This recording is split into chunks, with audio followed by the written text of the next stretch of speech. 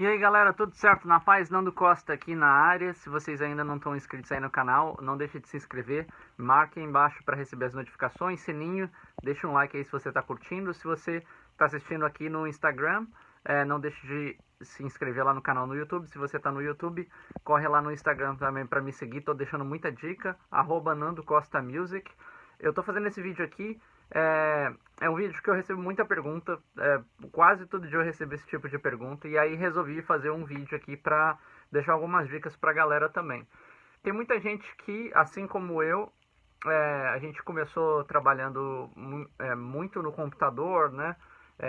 Trabalhando com plugin e tudo mais, e depois de um certo tempo de experiência, de trabalho e tal, você começa a sentir necessidade de ter mais cores na sua paleta de sons, vamos colocar assim, né?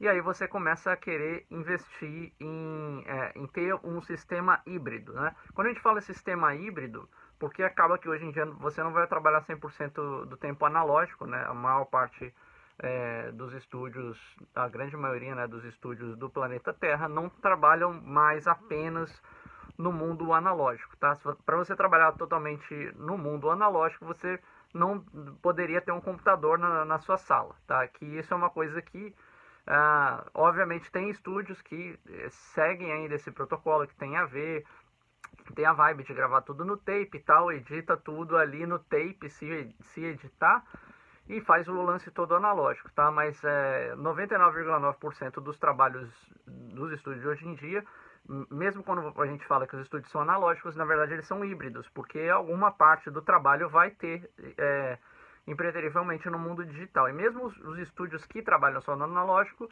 esse material final vai ter que ser digitalizado. Então não existe nada que não seja híbrido hoje em dia quando você fala em analógico, tá? Enfim, a gente sente necessidade para ter uma coloração diferente, que a gente não consegue realmente só dentro do computador, né? E aí muita gente pergunta qual que deve ser quais são os passos, né? Quais são os equipamentos e como você deve raciocinar. Você tem muitas formas de ir para o mundo analógico, tá? Para fazer mixagem ou masterização híbrida, ou os dois, né? A primeira dica que eu vou dar para vocês é o seguinte: tem muita gente que parte pro mindset de mixagem e aí começa a pensar em elementos ou processadores para os canais individuais, tá? Que é uma coisa super legal. Aqui no meu estúdio eu tenho muitos recursos individuais também, né, para fazer em mixagem, então eu tenho trabalhado bastante coisa híbrida, né? Então tem aqui, por exemplo, só para mostrar aqui, ó, tem alguns hacks série 500 de equalização separada e tal, tem compressor estéreo aqui.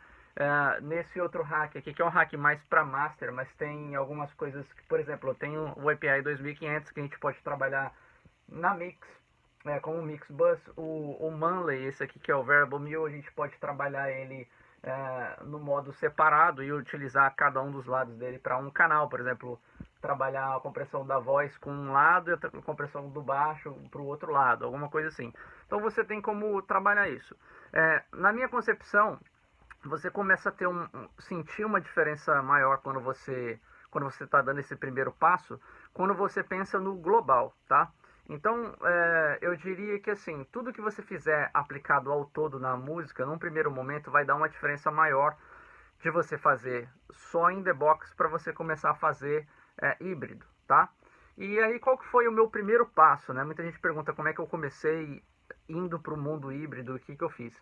Bom, o meu raciocínio foi esse, tipo assim, eu pensei, caramba, se eu preciso investir em uma coisa, qual que é a coisa que eu vou investir que vai surtir uma diferença maior do que eu faço para o mundo analógico, né?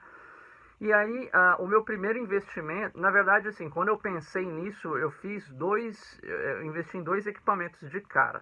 Um deles eu nem tenho mais. Um deles é esse equalizador aqui, que é o da Dangerous, que é o BAX, que é um equalizador bem legal. Ele tem dois filtros e dois shelves, né? Para boost, corte de grau e boost, corte de agudo, tá? Tem uma filosofia mais de contorno das pontas, assim, tal. Super legal. E na época eu investi num compressor estéreo da Dangerous também, que é o Dangerous Stereo Compressor. Bom, são dois equipamentos já bem refinados, não são equipamentos baratos e no Brasil são difíceis de achar, né?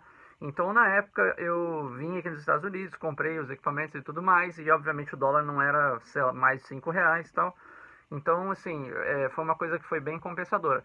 Só que a gente não pode esquecer o seguinte, é, você pode fazer investimento nos seus equipamentos e tudo mais, mas não pode esquecer também que tem uma peça muito importante, fundamental, e se você não tiver essa base, é como se fosse assim, um pré-requisito, vamos colocar assim, para você começar a trabalhar híbrido. Porque não adianta você só pensar no equipamento, né, no compressor, no equalizador, o que quer que seja que você tenha, e você não tem uma boa comunicação de ida e volta, ou seja, bons conversores, né, uma boa conversa entre analógico e digital, que é a alma do negócio. Porque se você tem uma interface de áudio muito simples, os conversores vão ser muito simples. E o que acontece é que muitas vezes você pode estar jogando mais lama no seu som do que propriamente dito, fazendo um melhoramento da mix propriamente dita, né? Então, assim, o que eu diria é que você precisaria, o primeiro pré-requisito para você ir para o mundo analógico híbrido é você ter uma interface minimamente ok em termos de conversão. Então, assim, se você tem uma interface muito simples, tipo, sei lá, Focusrite 2 e 2, 2 e 4, né? Essas interfaces mais simples, assim mesmo, nem pense em ir para o analógico, porque realmente você vai estar jogando mais lama no seu som do que realmente aprimorando. Por conta que a conversão é muito simples, né? A conversão, ela mais suja o som do que realmente é uma conversão transparente. Quando você pensa em master, a conversão realmente deve ser o mais transparente possível, porque você está afetando a sua mix como um todo. Então você pode ter uma mix totalmente clear quando você faz o loop, né, de você tirar o sinal do mundo digital e para o analógico e voltar. Só de fazer o loop ali, você já sente que a sua mix dá uma perde transiente, entra uma lama ali no médio grave, no grave e tal. Isso com conversores simples, né? Conversores que a maior parte das interfaces simples tem. Então, assim, muita gente vai ter essas interfaces. A primeira dica que eu vou dar é invista numa conversão um pouco melhor. E para ter uma conversão um pouco melhor, você vai precisar realmente gastar uma grana, porque pelo valor do dólar hoje, pelo valor como as coisas são no Brasil, se você for fazer uma pesquisa de preços assim, você vai precisar investir uma certa quantia para ter minimamente uma conversão ok. No meu ponto de vista e pelo que eu lembro do mercado, eu acho que talvez o equipamento mais em conta que você vai encontrar uma conversão ok para fazer esse trabalho, você vai ter que investir por volta de uns 5, 6 mil reais, alguma coisa assim, na conversão. De cabeça eu posso lembrar que o modelo da Apogee, a Rosetta, é uma interface que é bem legal, dá pra gente encontrar ela usada no Brasil, e eu acho que talvez ela gire nessa faixa de preço, assim, uns 5 mil reais, alguma coisa assim, para você ter minimamente 2 canais de conversão ali ok, né? Transparente é uma conversão ok, vamos colocar assim. E a partir daí você vai ter interfaces que você vai ter que desembolsar mais por isso, porque elas não vêm apenas com 2 canais, né? Então, por exemplo, eu trabalho aqui no meu estúdio, que foi o primeiro conversor mais legal que eu comprei, que foi a Apogee Symphony, né? Então, é um conversor que é legal. No caso da minha aqui, vem com 8 canais, mas você consegue inclusive a versão com 2 canais, né? 2 ins e 6 outs, se eu não me engano, tem essa versão também. Mas aí você já vai desembolsar uma grana maior. Então, assim, eu diria que para você ter minimamente ok essa conversão de 2 canais só para rodar a master, saída e entrada, né? Você vai gastar aí por volta de uns 5 mil reais. Seria um investimento médio, vamos colocar assim.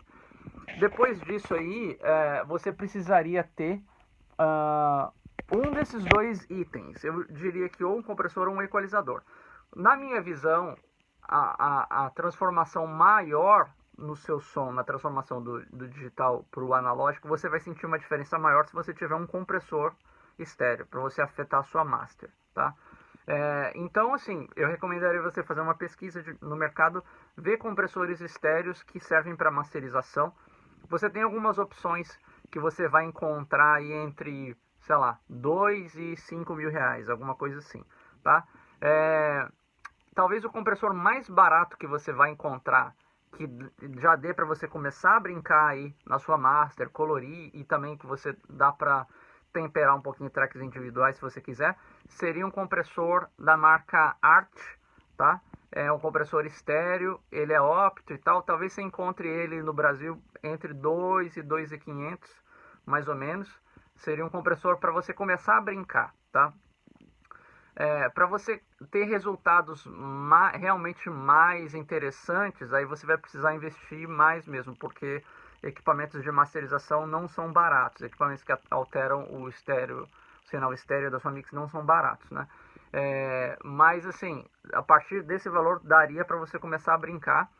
No Brasil também a gente tem a produção de equipamentos bem legais, que eu diria assim, em termos de valor e custo-benefício, até porque as coisas são feitas no Brasil.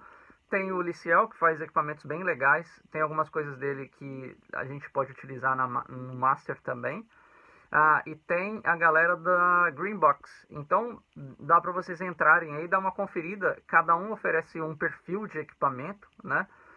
O Liciel tende a oferecer mais valvulado, o Greenbox tende a oferecer mais transistorizado.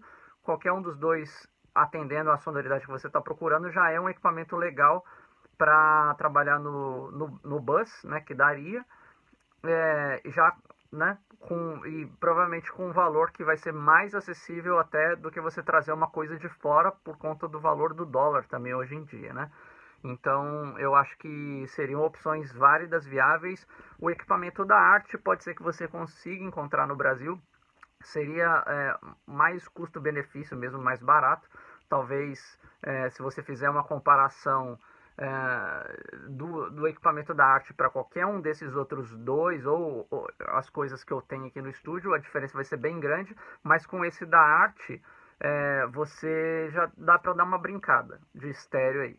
Então eu vou dizer assim, que para você começar a ter um resultado mais ou menos satisfatório, para entrar nesse jogo aí, você vai estar gastando por volta de uns 7 mil reais, 7, 8 mil reais para começar a brincadeira, né? Não é barato você entrar nesse mercado de analógico. Agora, o grande lance é que é uma sonoridade que realmente a gente não consegue só com o computador, né?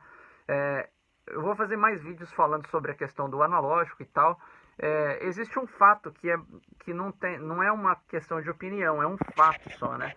Quando você está trabalhando com plugins, independente da marca, né? Porque fica muito nessa discussão, eu prefiro o plugin desse, eu prefiro a emulação do equipamento tal desse e daquele.